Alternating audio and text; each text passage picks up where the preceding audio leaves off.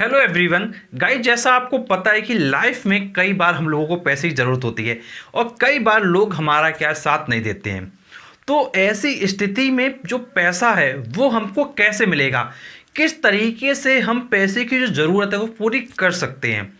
ये वीडियो आपके लिए बहुत ज़्यादा इंपॉर्टेंट है क्योंकि इस वीडियो में आपको बिल्कुल जेन्युइन तरीका बताने वाला हूँ जिससे आप क्या है पैसे को क्या है पा सकते हैं। तो देखिए, सबसे पहले तो मैं आपको बताना चाहूँगा कि देखिए पैसा आपको कहाँ से मिलेगा। पैसा आपको मिलेगा बैंक से। बैंक से पैसा कैसे मिलेगा? बैंक से मिलेगा आपको लोन। अब आप सोच रहे होंगे कि लोन क्या है, ईजिली नहीं मिलता है, ये आपके दिमाग में आ रहा होगा, लेकिन ऐसा बिल्कुल भी नहीं है।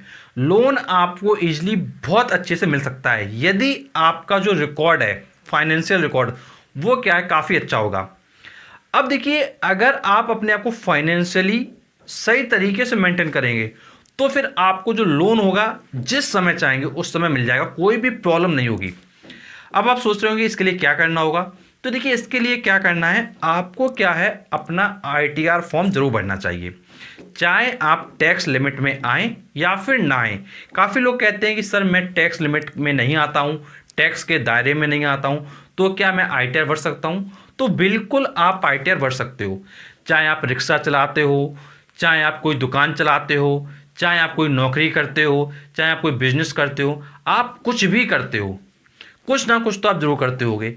कुछ भी करते हो, कहीं से भी आपकी कमाई है, कोई भी आपका अर्निंग सोर्स है, आप क्या है इनकम टैक्स रिटर्न, जिसको आप कहते हैं ITR, इसका फॉर्म क्या है भर सकते हैं। अब देखिए, इस फॉर्म को क्या है ज़्यादातर लोग क्या करते हैं CA के माध्यम से भरवाते हैं, और कुछ लोग ऐसे होते हैं जो वही एडवोकेट के माध्यम से भरवाते हैं, और कुछ लोग स्वयं ही भर लेते हैं। अगर आपको नॉलेज है तो आप खुद भी क्या है फॉर्म को भर सकते हैं। अब देखिए, अब जब आप ITR भरते हैं तो देखिए क्या होता है कि ITR में आप बताते हैं कि भाई हम इतना पैसा कमाते हैं। तो देखिए, सालाना जो आपकी इनकम होती है वो आप बताते हैं ITR के माध्यम से कि भाई हम साल में इतना पैसा कमाते हैं। अब देखिए, मान लो आपने बताया कि भाई हम साल में क्या 2 लाख कमाते हैं, या 5 लाख कमाते हैं, या 10 लाख कमाते हैं, या 3 लाख कमाते हैं, जो भी आपने बताया ITR में। अब देखिए, होता क्या है, अगर बैंक को लोन देना है तो बैंक ये देखता है कि जो चीज़ आपने ITR में बताई है, जैसे मान लो आपने बताया ITR में कि भाई मैं 1.5 लाख रुपए सालाना कमा लेता हूँ, मतलब एक साल में 1.5 लाख रुपए कमा लेता हूँ, फॉर एग्जाम्पल आपने ये बताया। तो बैंक ये देखती है कि भाई क्या वास्तव में ये व्यक्ति ने जो ITR में बताया है, क्या उसके अनुसार क्या बैंक में कुछ पैसा इनका डिपॉजिट हो रहा है कि नहीं। अगर बैंक को दिख रहा है कि भाई पैसा डिपॉजिट हो रहा है इनके अकाउंट में और इनके ट्रांजैक्शन हो रहे हैं, तो फिर बैंक को पता चलता है कि भाई ये व्यक्ति वास्तव में क्या पैसा कमाता है। देखिए, कई लोग क्या करते हैं कि भाई ITR में क्या गलत इन्फॉर्मेशन भी दे सकते हैं। अब जैसे मान लीजिए कोई पर्सन है, वो मान लीजिए कमाता है, मान लीजिए महीने का 10,000 रुपये। अब उसने बता दिया कि भाई हम जो है 20,000 रुपये महीने कमाते हैं, सिर्फ किस लिए, जिससे कि हमको बैंक से लोन मिल जाए। लेकिन बैंक इतना बेवकूफ़ नहीं है, बैंक भी बहुत चालाक है। बैंक भी कहता है कि भाई हम तुमको जांच लेंगे अच्छे से, उसके बाद ही लोन देंगे।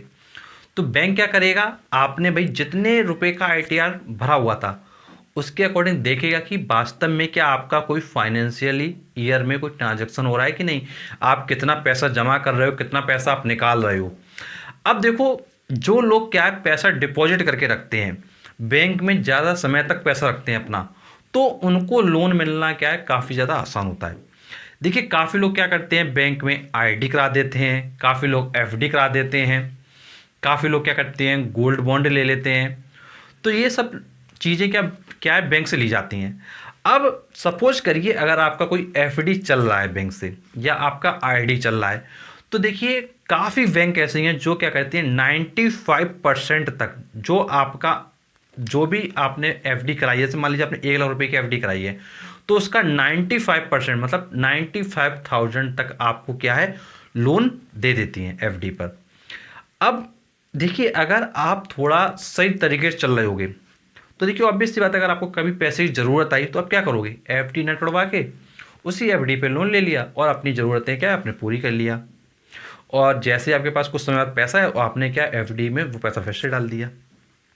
अब देखिए 95% क्या मैक्सिमम है, आपको अगर कम की जरूरत है तो भाई आप कम ले लीजिए। मान लीजिए आपकी FD 1 लाख रुपए की है सपोज करिए।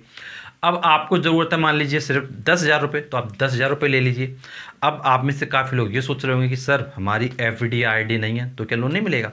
तो भी आपको लोन मिल सकता है। फिर उस समय आपका देखा जाएगा कि भाई आप कितना डिपॉजिट करते हो, कितना पैसा निकालते हो, क्या बैंक अगर आपको लोन दे दे, क्या आपके अंदर कैपेसिटी है कि आप उस लोन को क्या है रीपे कर सकें, क्या उनका पेमेंट फिर से दे सकें। तो ये बैंक आपके ट्रांजैक्शन को देख के पता करती है, और जो आपका सिविल स्कोर होता है उसको भी देख के पता करती है।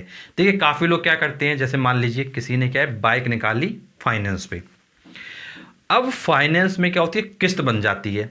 अब उस किस्त का क्या है वो पेमेंट क्या या तो डिले करते हैं या 1-2 महीने नहीं किया पेमेंट, तो फिर क्या होता है सिविल स्कोर क्या है बेकार हो जाता है।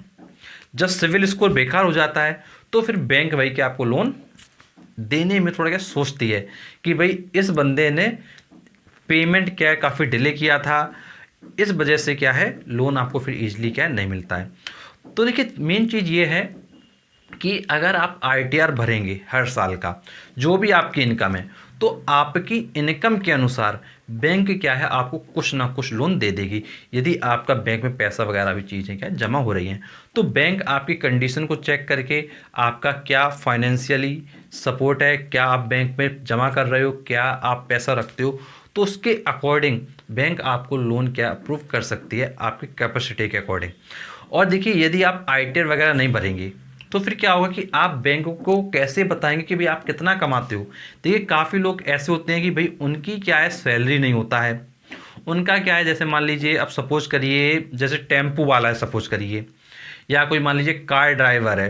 अब भाई उसका पेमेंट क्या होता है, उसको तो कैश में मिलता है ना पेमेंट। अब भाई उसको उसको जो भी वो कमा रहा है वो तो भाई कैश में कमा रहा है। अब कैश में कमा रहा है तो भाई अपनी इनकम को कैसे दिखाएगा भाई, कैसे कोई मान ले कि भाई जो टेम्पो वाला वो 20,000 रुपये कमा रहा है महीने का, कैसे मान ले। तो उसके लिए क्या है, उसके लिए आईटीआर है। अब देखिए अगर आप आईटीआर भरोगे, मान लो आप हर साल आईटीआर भर रहे हो, तो ऑब्वियस सी बात है कि अगर आप बता रहे हो कि भाई मैं 20,000 रुपये कमाता हूँ, तो आप ये भी तो कहोगे कि भाई मैं कुछ ना कुछ पैसा अपना क्या है सेविंग करूँ। तो जो आप सेविंग कर रहे हो उसके बेसिस पे बैंक डिसाइड कर लेगा कि भाई आपको कितना लोन देना क्या सही रहेगा। जिस समय आपको क्या प्रॉब्लम आएगी पैसे की, उस समय आप क्या है बैंक से लोन ले पाओगे। और अगर आपने आईटीआर कभी नहीं भरा होगा तो फिर उस केस में कैसे लोन लोगे। उस केस में आपके जो पैर हैं वो क्या है जकड़ जाएंगे। क्यों? क्योंकि उस समय आपने कभी आईटीआर नहीं भरा था। जब कभी आईटीआर नहीं भरा था तो बैंक आपको किस बेसिस पे लोन देगा। फिर काफ़ी लोग क्या करते हैं, लोन की अलग अलग तरीके अपनाते हैं, फिर कहते हैं कि भाई बैंक ने हमको लोन क्या है नहीं दिया। तो इसलिए आप कुछ भी काम करते हो तो आपको क्या है आईटीआर जरूर भरना चाहिए। आईटीआर भरना आप ही के लिए बहुत अच्छी बात है, जिससे कि आपका जो रिकॉर्ड है वो मेंटेन हो सके कि भाई आप कितना पैसा कमाते हो, और जो आपके डिपॉजिट्स हैं वो भी आपके अकाउंट में दिख रहे होंगे। उसके बेसिस पे बैंक आपको क्या है आपके परेशानी की घड़ी में आपकी क्या है मदद कर देगा। और यदि कोई आपका डाउट है, कुछ आप पूछना चाहते हैं, तो आप नीचे कमेंट और से कमेंट करके पूछ सकते हैं। और ऐसे वीडियोस पाने के लिए आप चैनल को जरूर सब्सक्राइब करें, नोटिफिकेशन दबाएं, क्योंकि हम आपके लिए वीडियो लाते रहते हैं। चलिए मिलता है आपसे नेक्स्ट वीडियो में, तब तक के लिए शुक्रिया।